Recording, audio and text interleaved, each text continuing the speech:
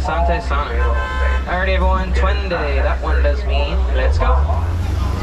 Jumbo, and good morning everyone. My name is Alex. I'm going to be your safari guide as we venture into the Harambee Wildlife Reserve. A couple of safety reminders to go over before we enter the reserve, so please make sure that you all are listening. We ask for the safety of yourself and the comfort of those around you to please remain seated at all times, keeping all arms, hands, feet, and legs, everything that's on your person inside of the vehicle. If you all take a quick look above you, you'll see the animal spotting guide. That guide will help you to identify some of the animals that we might come across here today. We probably will not have a chance to see every single animal on there just due to regular migration habits and sleeping patterns, but we typically have some pretty good luck. As another helpful hint, try to remember that this is the home of the animals and we are guests visiting. So please be as respectful as you can, refrain from doing any name calling, cat calling, whistling, anything that might be disruptive to the animals. As loud noises tend to scare them, we do not want to scare anyone today. We want the animals to get as close as possible to us. If you are looking to take any photographs here today, I'd recommend to go ahead and get your cameras out and ready right now. Try to put them on a live, sports, or an action setting, as that is going to be the best way to capture any animals that we find. I am not permitted to stop for every single animal out on the reserve, and they certainly do not always stop for us. So make sure that you all are ready. Gonna wait for these vehicles in front of us to enter the reserve, and then it'll be our turn in just a couple of moments. Is this anyone's first time going to the reserve here today? Raise your hand nice and high. Welcome, welcome aboard. Looks like the majority of us. For all my friends that are returning, welcome back. Hopefully you get to see something that you did not get the chance to see last time that you came to visit us. Right now is a great time to enter the reserve. Most of the animals are out and about, a little bit more energetic in the morning as well. Alright, we're going to be hanging right next to this light post here, and when the light turns solid, it'll be our turn to enter the reserve. We have our very first photo opportunity on the right. If you're looking to take a photograph of the sign, it says you are now entering the Harambee Wildlife Reserve. The reserve was founded in '98. The word Harambee does mean to come together, so thank you all for coming together here today. We're going to talk about some animals and what we can do to preserve them for the long haul.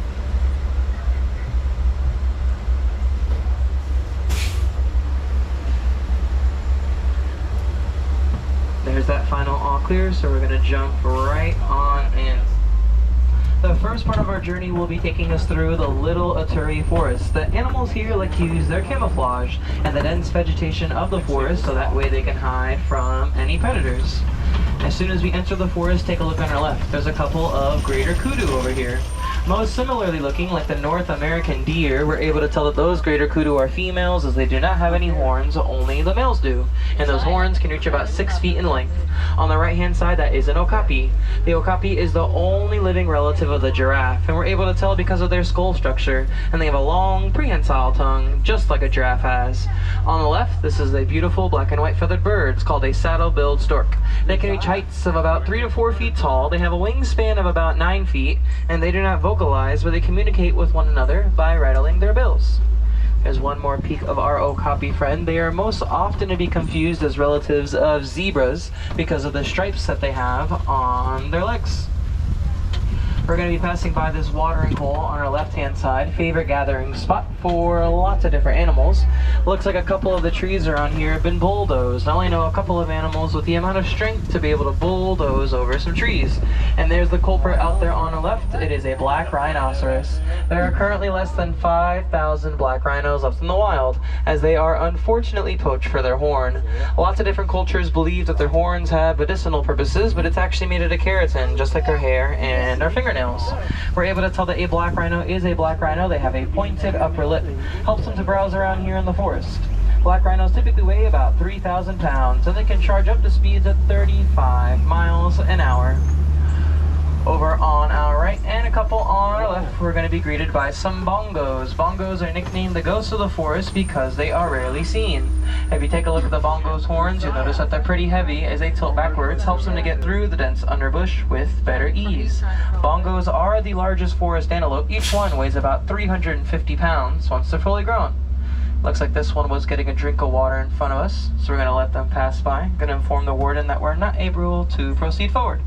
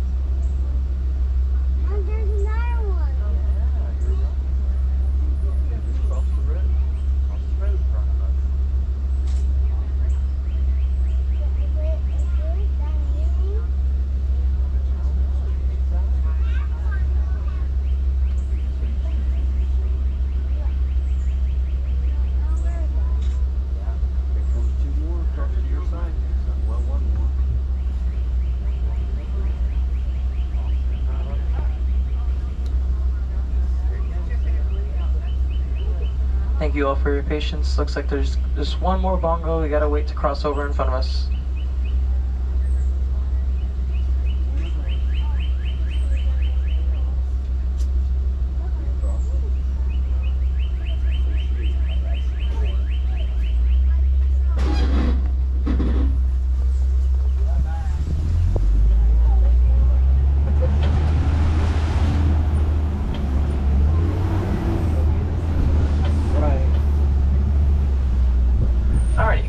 Making our way out of the forest, and we'll be heading over to the Safi River next.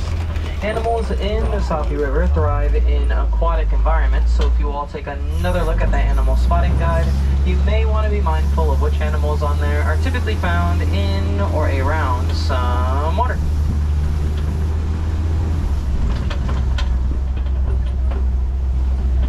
We're approaching some water over here on our right-hand side. Take a look, there's going to be a pair of Nile hippopotamus submerged underneath the water. Those ones are a little bit tougher to see, so we'll try to find some more hippos up ahead. Hippos can hold their breath underwater for about 6 to 8 minutes. They do not usually swim. Not the best swimmers. We'll typically find them walking towards the bottom of the water. We'll generally find a hippo inside of the water during the day, so that way they do not overheat from the sunlight. Here's a whole group of hippos hanging out on our left. This group of hippos is called a bloat. Hippos communicate with one another using what we call a wheeze honk, which is a variety of different sounds. The more dominant a hippo is, the more receptive others are of its wheeze honk.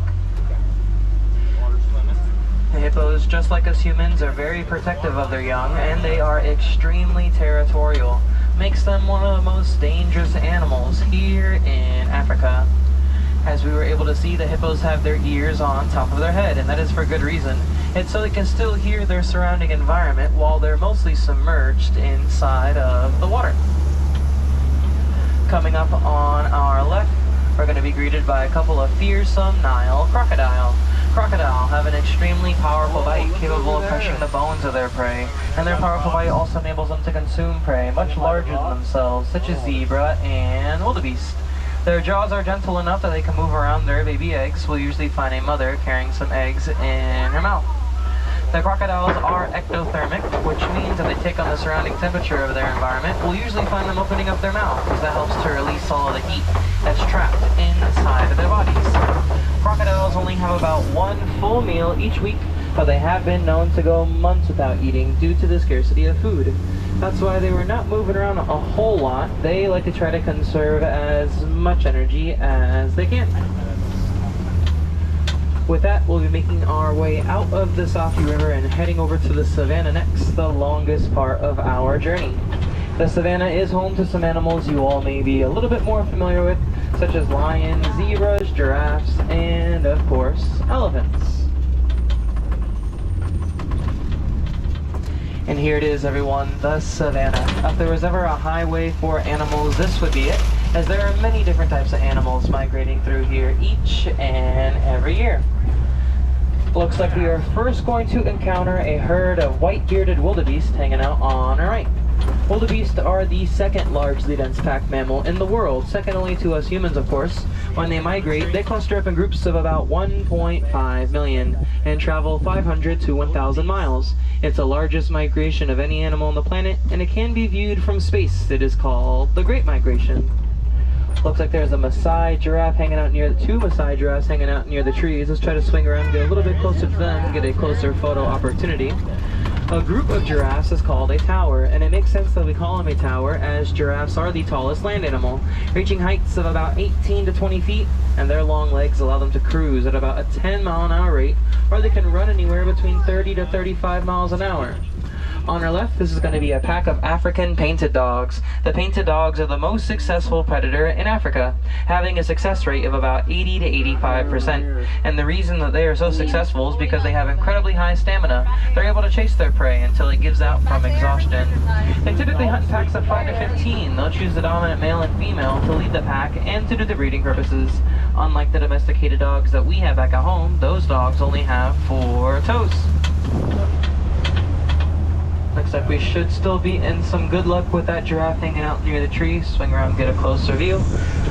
We're also going to be greeted by another animal up ahead on our left. There's a couple of reddish-brown coated antelope. They are called Sable Antelope. They are the official emblem of the Harambee Wildlife Reserve. They're one of the few antelopes that are able to fight during the fight or flight sequence, thanks in part to those long, sharp horns that they have. Although the single dominant male antelope is in charge of a group, it's the dominant female that chooses the movements of a group. As we're going to be able to see, giraffes spend the majority of their day eating. They have created a unique adaptation. Their tongues are purple, helps to prevent it from getting burnt in the sunlight. We're able to guesstimate how long a giraffe's tongue is if we look at how long their tail is. And the hair on their tail is a little bit thicker than the hair that we have on our head. It's able to act as a natural fly swatter. It gets rid of all those pesky bugs and insects that love to get on top of their coat. Speaking of their coat, if we look at the pattern on a Maasai giraffe's coat, you'll see that it looks a little random and irregular, but no two giraffes have the exact same pattern on their coat. It's like how we humans have fingerprints. Looks like there is a dazzle out in the distance on our right. That's what a group of zebras are called. These are going to be Hartmann's mountain zebra. To be a little bit more specific, take a quick pause for this giraffe, as this one's pretty close to us. Good to see that purple tongue filling out of the mouth here at the moment. Just enjoying some of the bushes.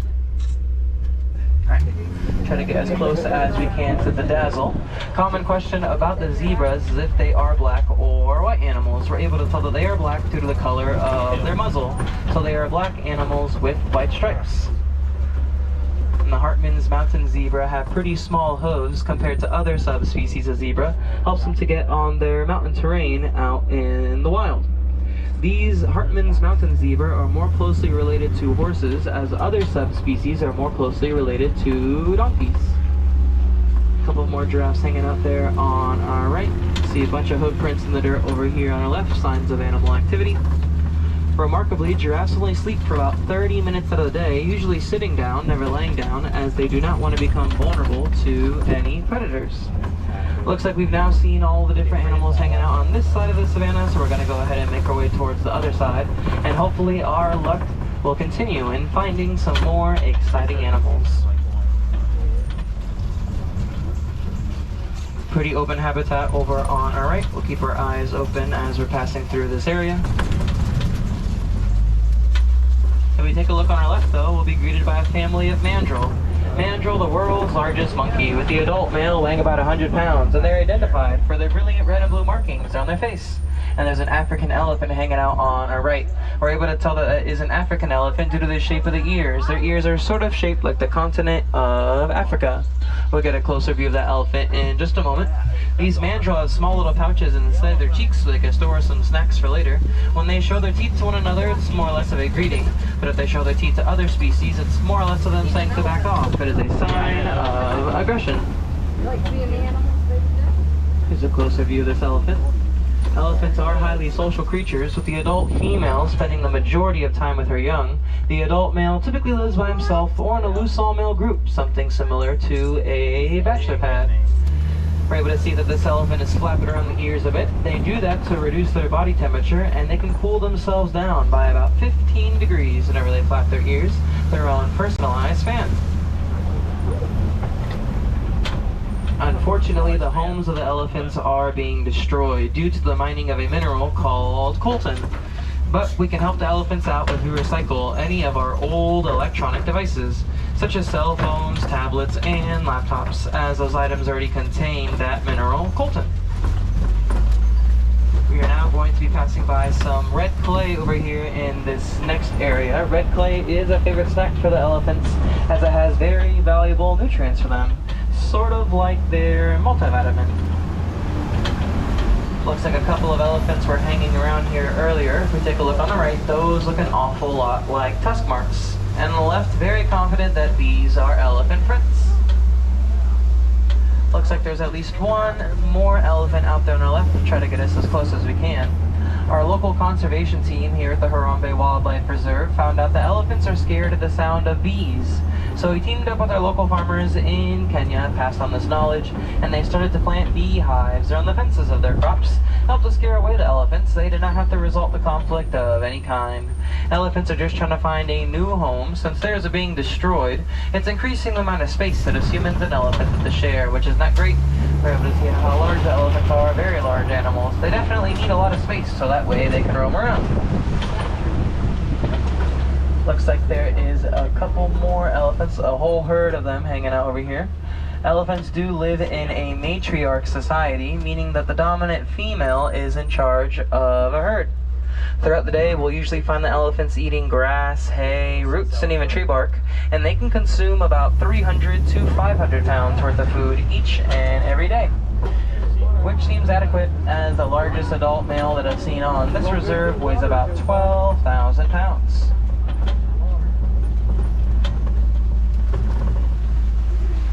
Get one more great photo opportunity of this elephant on our left.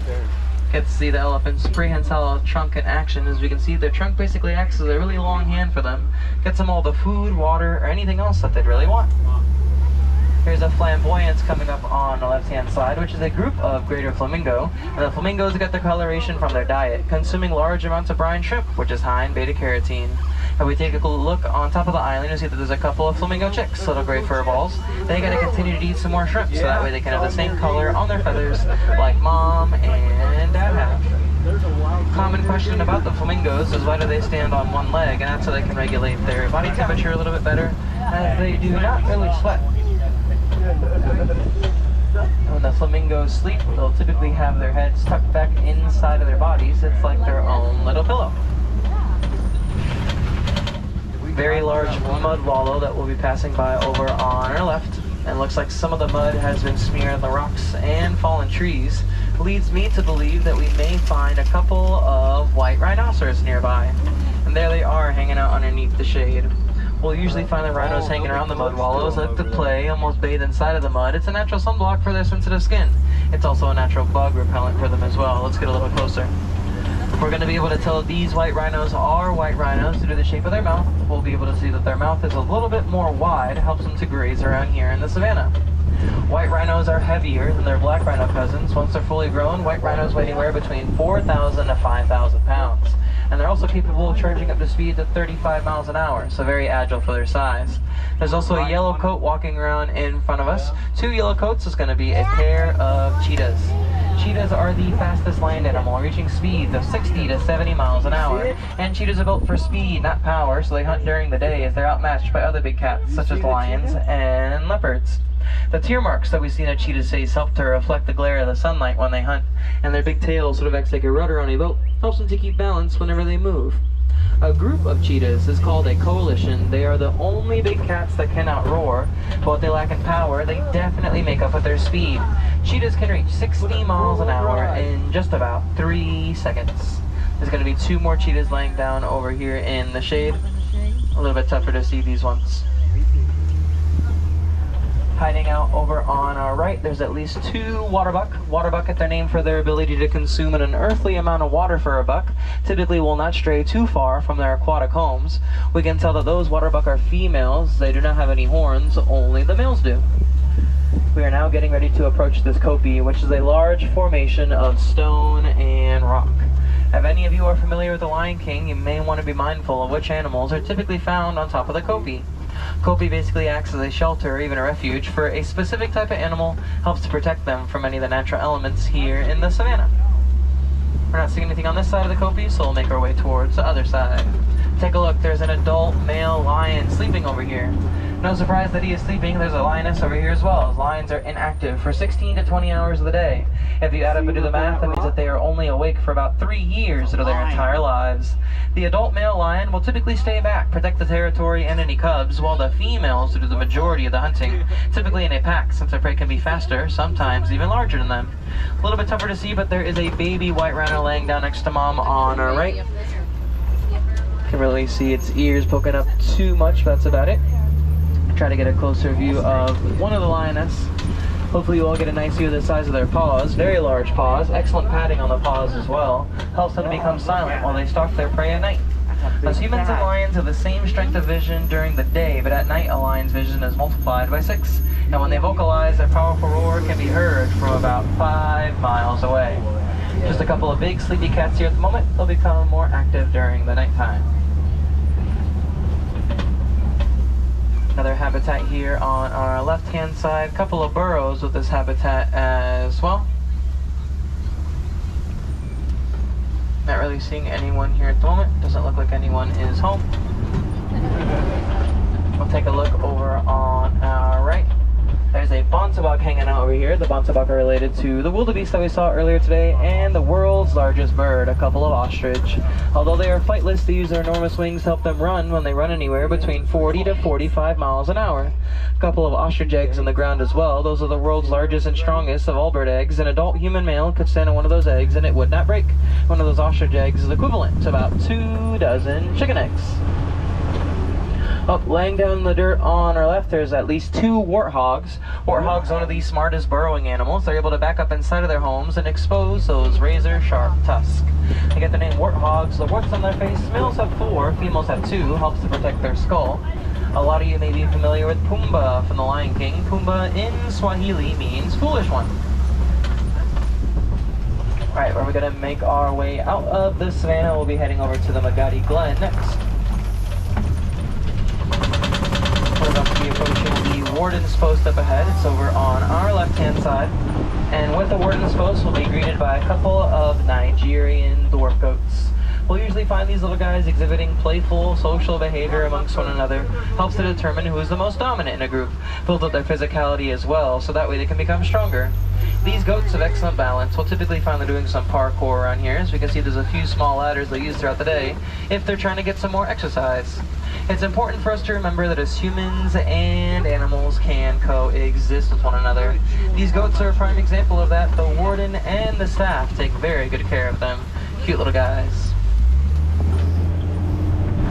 Alrighty everyone, looks like it is about to be coming to the end of our journey here in the Harambee Wildlife Reserve. Hope you all had a fantastic time. Learned a thing or two about Africa and the many different animals that inhabit it. I recommend you try to take what you may have learned here today and apply it to your own daily lives, whether it's something as simple as planting a garden or building a birdhouse in your backyard. You can also contact your local conservation team, find out which plants and animals may be endangered in your local area and what you can do to help. A big factor is reduce, reuse, recycle. And if any of you are feeling up to it, you can donate to the Disney Conservation Fund. Just by rounding up to the next dollar at any merchandise location, you're able to donate, and Disney will match your donation. They'll even gift you all a nice little button so you can brag to your friends and your family members about it. If any of you would like to see some more animals while you're here in Harambee, I highly encourage you all to head over to the Gorilla Falls Exploration Trail. That is a walking trail that you all can do as soon as you exit this vehicle. And like the name suggests, you're going to be able to see some gorillas, but they have a wide variety of different animals over there as well. Such as naked mole rats, meerkats, African bullfrogs, zebra, tarantula, dung beetle, you name it, they may just have it. Looks like our dock is about to be open for us, so before I let you all go, I'm going to leave you with one final Swahili phrase. That phrase is kwa harini. And kwa harini roughly translates to go well. If you do not like to say goodbye, goodbyes are too short and final. So go well, go wild, go make a difference out there for wildlife, and enjoy the rest of your time here at Disney's Animal Kingdom.